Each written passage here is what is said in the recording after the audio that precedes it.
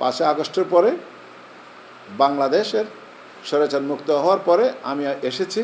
অন্তর্বর্তী সরকার যারা দেশ চালাচ্ছে ওনাদের কাছে আকেল আবেদন, আমরা আবেদন করছি যে ওনারা অতি সত্বর একটা নির্বাচন যেন দেয়। 54 বছর পরে হলে মানুষ বুঝতে পারছে যে আমরা রেমেডির যোদ্ধা।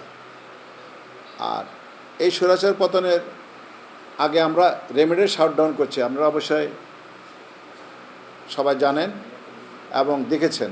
আমরা আমাদের ভারপ্রাপ্ত চেয়ারম্যান জনাব তারেক রহমানের নির্দেশে আমরা প্রবাসীরা ঐক্যবদ্ধ হয়ে আমরা রেমেডির শাটডাউন করেছি এবং আমরা মধ্যপ্রাচ্যে আন্দোলনও করেছি। মধ্যপ্রাচ্যে এটা কিন্তু রাজতন্ত্র দেশ, গণতন্ত্র দেশ না। আমরা বুঝে না বুঝে আন্দোলন করতে গিয়ে আমাদের অনেক প্রবাসী জেলও খেটেছে এবং দেশও ফেরতে এসেছে এবং এখনও বর্তমানে অনেক প্রবাসী জেলে আছে পলিটিক্যাল কারণে। মধ্যপ্রাচ্যে কেউ যদি ওপেন পলিটিক্যাল করতে যায় কমসে কম 12 থেকে 14 মাস ওনাকে জেলে রাখা হয়, কারোর সাথে দেখা করতে দেওয়া হয় না এবং কি অনেকগুলি হিচিং আছে এখানে, আমরা বলতে পারছি না, কিন্তু আমরা মধ্যপ্রাচ্যে রাজনীতি করছি। আর আমাদেরকে যাদেরকে আমরা 1 কোটি প্রবাসী যাদেরকে বলছে, এরা কোনো না কোনোভাবে প্রতিটি জেলা, প্রতিটি ইউনিয়ন, প্রতিটি থানার সাথে নেতাদের সাথে ওনারা সম্পৃক্ত ছিল। আমরা কাজ করে গেছি। প্রবাসে আমিও অ্যারেস্ট হয়েছি। আমাদের আহমদ আলী মকি সাহেব আন্তর্জাতিক বিষয় সম্পাদক, উনিও অ্যারেস্ট হয়েছে। আমরা 12 জন অ্যারেস্ট হয়েছি। জাভেদ পাউডারি সাহেব যিনি সৌদি আরব অ্যাম্বাসাডার ছিলেন, ওনাদের ইন্ধন ছিল,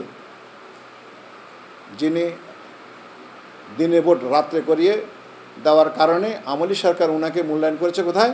সৌদি আরবের অ্যাম্বাসাডার বানাইছে। সেই অ্যাম্বাসাডার আমাদেরকে বিভিন্ন রকমের প্যারেশান করছে এম্বাসির মাধ্যমে।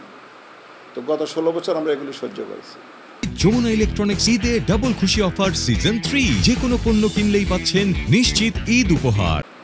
এখন প্রবাস জীবন, গত বেশ কয়েক বছর আমি আসতে পারিনি দেশে।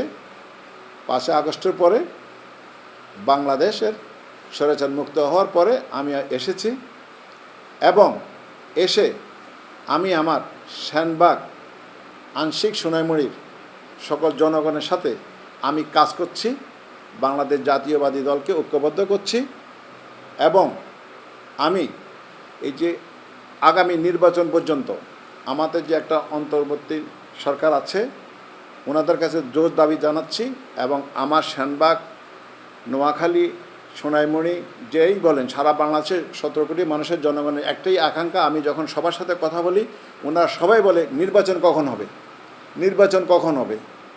তো সেই সাথে আমিও বলি নির্বাচন কখন হবে। তা আপনাদের মাধ্যমে আমি ওনাদের কাছে বর্তমান যারা অন্তর্বর্তী সরকার যারা দেশ চালাচ্ছে ওনাদের কাছে আকেল আবেদন, আমরা আবেদন করছি যে ওনারা অতি সত্বর একটা নির্বাচন যেন দেয়।